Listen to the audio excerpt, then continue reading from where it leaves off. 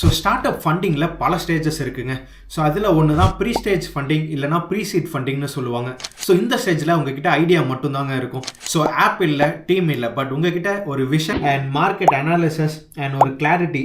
So எக்ஸாம்பிளுக்கு ஓலாவோட first cheque வந்து ஸ்னாப்டீல் ஃபவுண்டர் 30 லட்சத்துக்கு கொடுத்தாங்க. அது வந்து சீட் ரவுண்ட் இல்லை, but pre seed rounding. Pre stage ஃபண்டிங்கில் எவ்வளோ கிடைக்கும் அப்படின்னு கேட்டிங்கன்னா மேக்ஸிமம் வந்து 10 லட்சத்துலேருந்து 1 கோடி வரைக்கும் கிடைக்கும். சாரி, மினிமம் 10 லட்சத்துலேருந்து மேக்ஸிமம் 1 கோடி வரைக்கும் கிடைக்குங்க. ஸோ யாரெல்லாம் வந்து பண்ணுவாங்க அப்படின்னு கேட்டால் friends, families, angel investors and இன்னொரு ஸ்டார்ட் அப் ஃபவுண்டர்ஸ். ஸோ இவங்க எல்லாமே வந்து இந்த ப்ரீ ஸ்டேஜ் ஃபண்டிங்கில் உங்களுக்கு காசு தரக்கு வாய்ப்பு இருக்குங்க. ஆனால் ஒரு விஷயம் உங்ககிட்ட கிளியராக இருக்கணும். என்ன ப்ராப்ளம் நீங்கள் சால்வ் பண்ண போகிறீங்க, உங்கள் எம்பிபியை நீங்கள் எப்படி ரெடி பண்ண போகிறீங்க, அண்ட் அதே மாதிரி இன்வெஸ்டர்ஸ் கேட்குற கேள்விக்கெல்லாம் நீங்கள் ஆன்சர் பண்ணுறக்கும் ரெடியாக இருக்கணுங்க. ஸோ உங்கள் ஐடியா ஸ்டேஜில் உங்களுக்கு ஃபண்டிங் வேணும்னா அப்படின்னா நீங்கள் வந்து 100% மென்டலி ப்ரிப்பேர்டாகவும் இருக்கணும் அண்ட் பிச் டெக்லையுமே வந்து நீங்கள் 100% ரெடியாக இருக்கணுங்க. ஸோ இதே மாதிரி ஸ்டார்ட் அப்ஸை பற்றி நிறையா தெரிஞ்சுக்கணும் அப்படின்னா ஸ்டார்ட் வித் சதீஷை மறக்காமல் ஃபாலோ பண்ணிக்கோங்க.